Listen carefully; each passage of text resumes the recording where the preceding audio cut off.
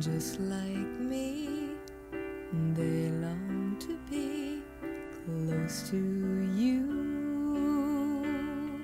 Why do stars fall down from the sky every time you walk by?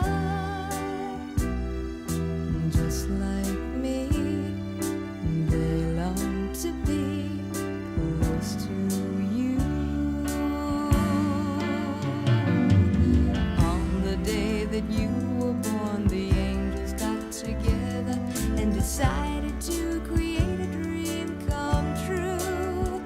So they sprinkled moon dust in your hair and golden starlight in your eyes of blue.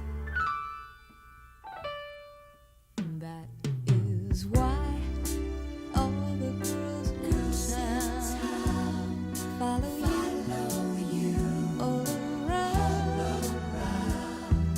Just like me, they long to be close to you.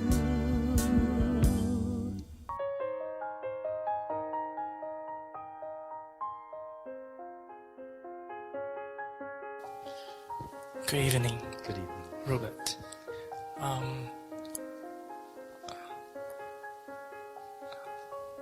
I'm aware, but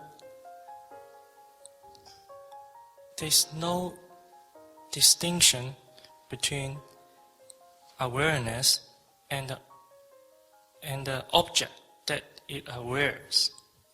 Yes? Okay. That's very true. So as a first step, we make a distinction between awareness and its objects. In order to arrive at the experiential understanding that we have just done, that awareness itself is completely independent of the objects that we are aware of. When I say awareness itself, I mean I. What we essentially are is independent of what we are aware of. Feelings of hurt, feelings of boredom, ideas that I don't get it, or I'm not good enough, or I'm unlovable. All these thoughts and feelings belong to the mind and the body. They don't belong to ourselves.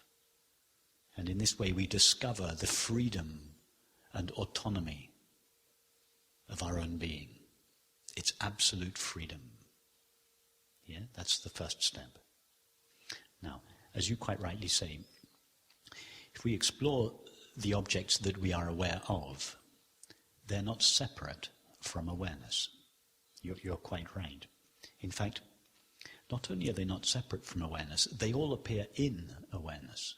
Yeah? Your entire experience, which consists of thoughts, sensations and perceptions, appears in awareness, not just to awareness, but in awareness.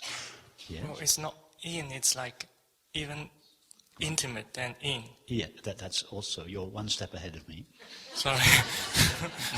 I'm just going slowly, pedagogically, but you're right. So to begin with, we can say all experience appears in awareness like a cloud in the sky. But you're absolutely right. Even that is not quite true, because although the cloud appears in the sky, there is still some distinction between cloud and sky.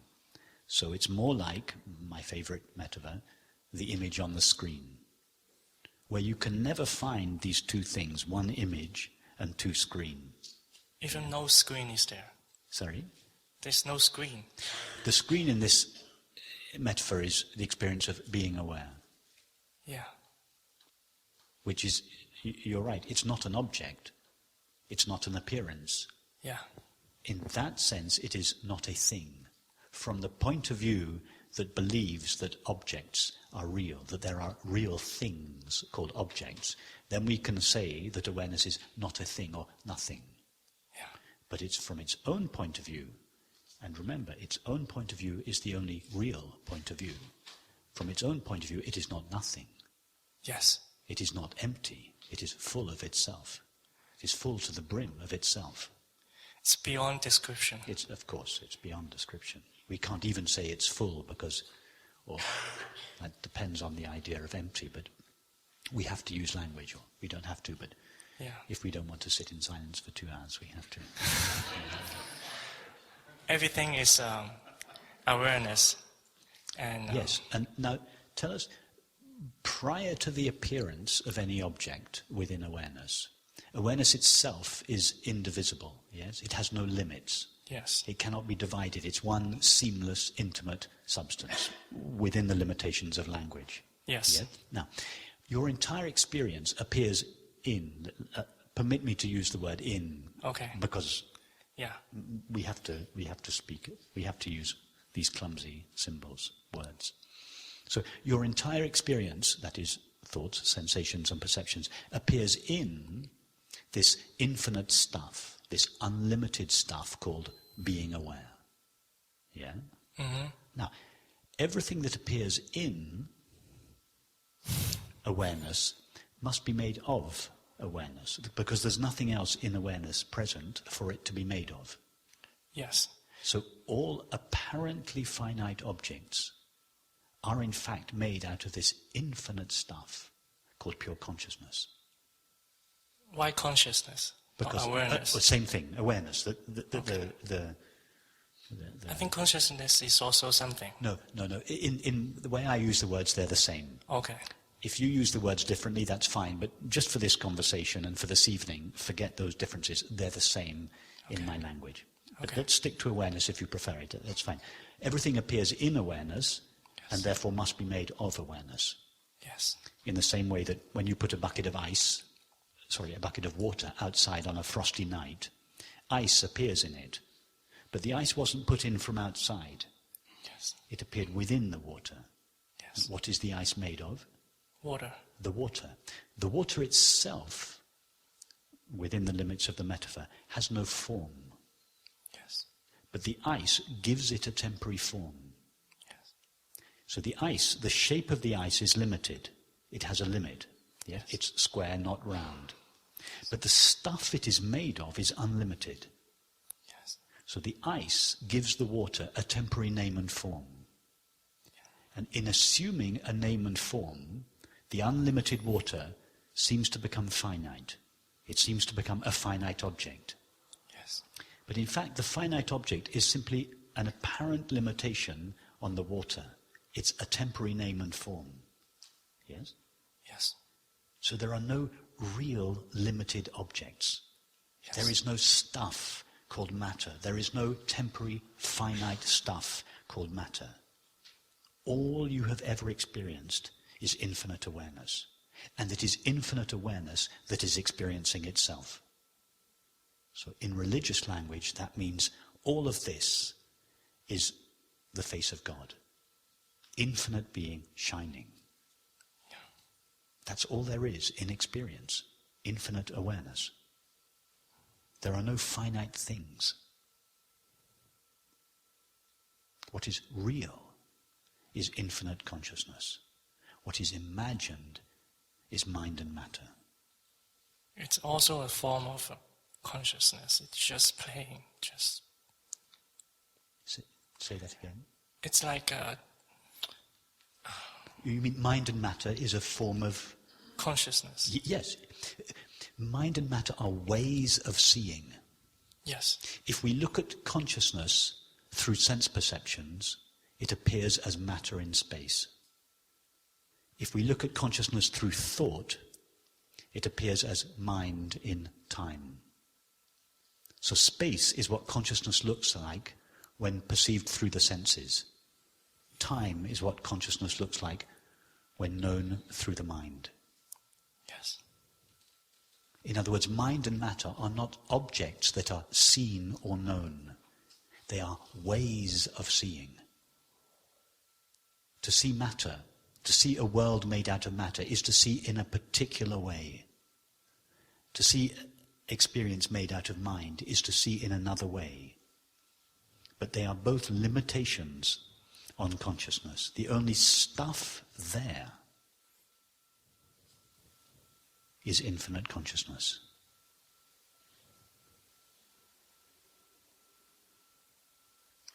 That's why William Blake said, as a man is, so he sees.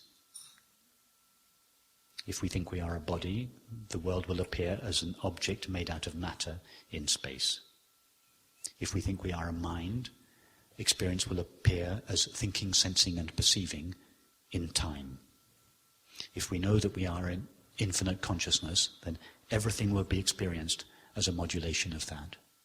And there will be no fear, no sense of lack, absolute intimacy or love with all seeming things.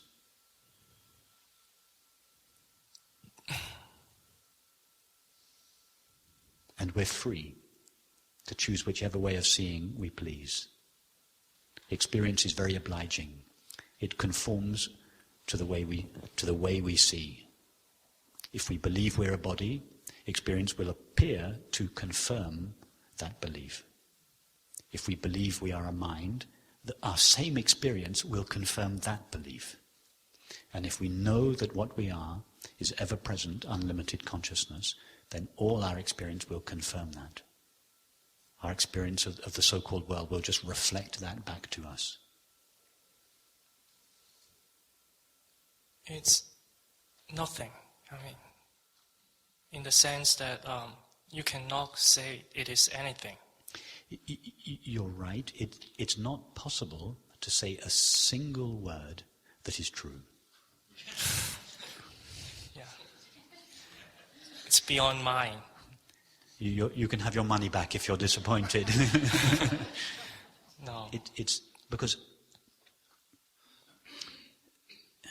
try now to think of something that is not limited. You can't. It's not possible to think of something that is unlimited. Yeah. Therefore, it is not possible to think of reality. Yeah, that's true. This is why the Shankaracharya, I quoted this yesterday for those of you that were present, this is why the Shankaracharya said, real thinkers don't think. People who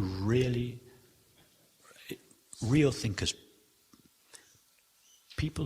real scientists, real philosophers, people who use thought to go to the end of experience, to explore their experience all the way. Thought brings itself to an end, to its own end, and it's a natural, effortless, spontaneous ending of thought. Yeah. It's not a disciplined ending of thought as a result of sitting on your cushion for 20 years, trying to... No, it's thought brings itself to its own end. It's amazing. It is truly amazing. It's mind-blowing. That's what the word nirvana means. It means blown out. It is truly... The mind is blown out. If we explore our experience and we refuse to stop short with conventional formulations, but if we say, no, the conventional formulations haven't worked for me, I'm going out on my own. I'm going to explore my experience and stay rigorously with my own experience. If we do that, the mind brings itself to an end. It gets blown out effortlessly. And what remains is what was there all along, the reality of experience shining, but seemingly covered up by thoughts and feelings.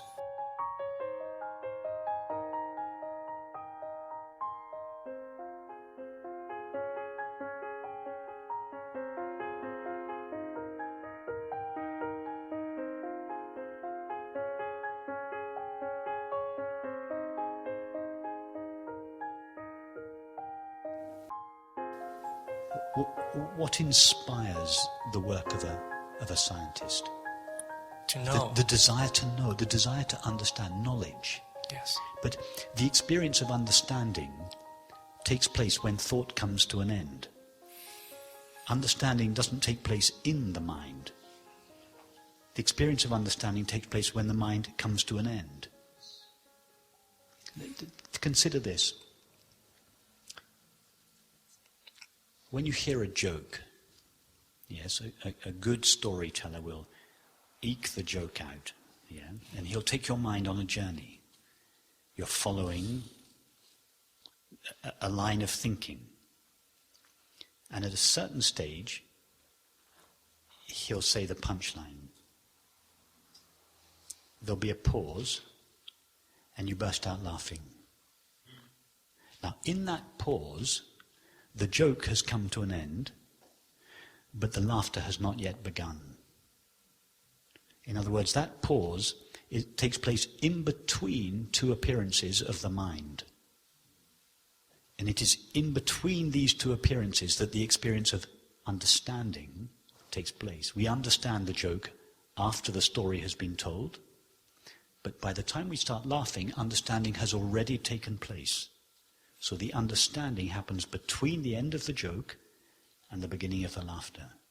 In other words, it takes place outside the mind. That is the experience that anyone seeking knowledge desires. Understanding can then be formulated by the mind. Yeah, exactly. Exactly. That is the experience that everyone is seeking. Not a new formulation in the mind, it is the dissolution of the mind. That is understanding. It's so cool. It is. It is. It's mind-blowing. Yeah. I don't need a mind to understand anything. I just knew that. Understanding cannot take place when mind is present. Yes. Let me give you one more. I want to make this point in another way. If I were to ask you the question, are you aware? Yes. Okay, well, you're very well practiced at this, and everyone here is, but imagine asking someone on the street the same question, are you aware?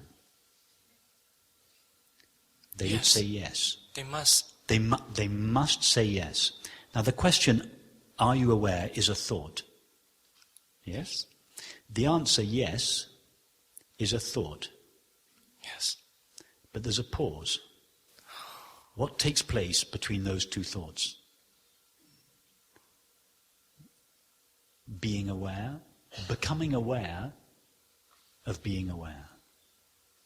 In other words, in between those two thoughts, awareness ceases to direct its light of knowing towards the object, the thought, and because it doesn't have a thought to attend to, its light of knowing, its faculty of attention, falls back into itself. And as a result of that experience, we say, yes, I am aware. In other words, the experience of being aware that I am aware takes place outside the mind. And it is everybody's experience. Not just those of us that are interested in non-duality. All 7 billion of us, if we're asked the question, are you aware? Pause. Check our experience. Yes. In that pause, we become aware that we are aware. Now I don't need the pause because it's always here. No, you don't need the pause. Once it becomes clear, we then realize that the experience of being aware doesn't just take place between two thoughts. It's very often first noticed between two thoughts. Yeah? Very often you have to turn the movie off in order to notice the screen. But then when you turn the movie back on, you don't lose sight of the screen. Yes. So once it has become clear to us, yes, this experience of being aware is my primary experience, and it takes place in the absence of mind. Then when mind comes back, it no longer has the power to veil the experience of being aware. In other words, the reappearance of the body-mind world no longer has the power to take us away from ourselves. And that is called being established in our true nature. What happens when deep sleep happens? Exactly the same thing that happens in the pause between two thoughts. The deep sleep is a pause between two dreams. which is two thoughts. Now, how long does a pause between two thoughts last? How long is the pause? Is the pause between two thoughts? There's no time. There's no time, exactly, because there's no time without thought. So how long does deep sleep last? There's no time. Exactly. Isn't that your experience? Yeah. Okay. So I'm always here. You are indeed, yes. Beyond. And this here is not a place in space. And I am always now, but this now is not a moment in time. Yeah. It is eternity.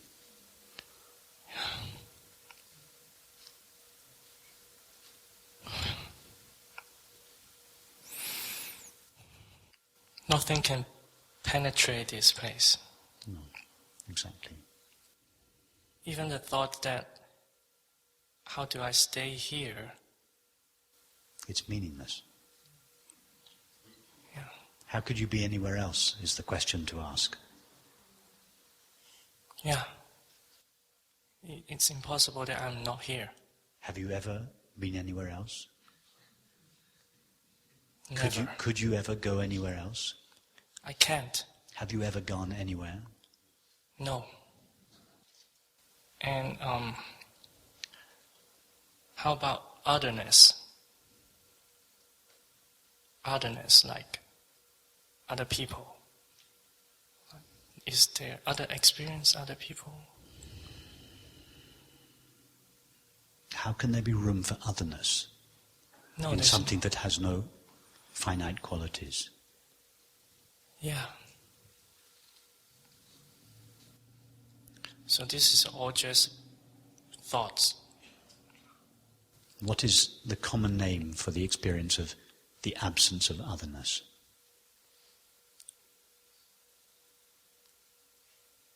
Absence of otherness. The common name for it. Oneness. Even more common. If you said oneness to most people on the street, they would think you were crazy. Yeah.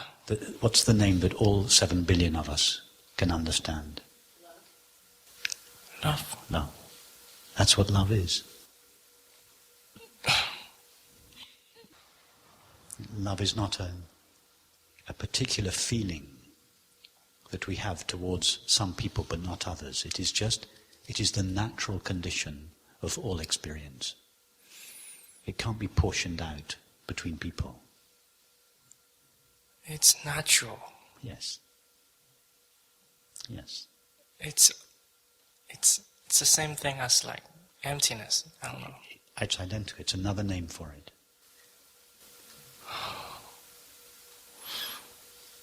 Okay.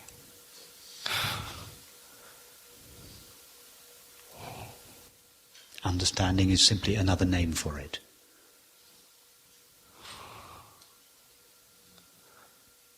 So everything is just, it's just everything. It's just, I cannot say it. Exactly. Yeah. Exactly. I didn't know what is love until now. Say again. I didn't know what love is Yes. until now. Actually, it's just, just this. Yes. Exactly. It doesn't need to be created. Yes. Only unlove can be created.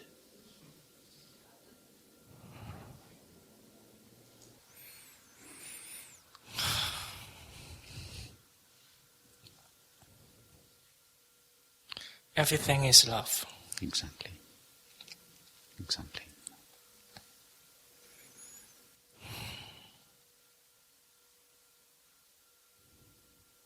Ill will is also love. Ill will. Ill will? Yeah. It's kind of love. The only substance present in hatred is love. Yeah.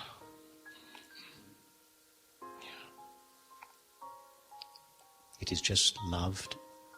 Hatred is just love temporarily veiled by thought, or it is love limited by thought.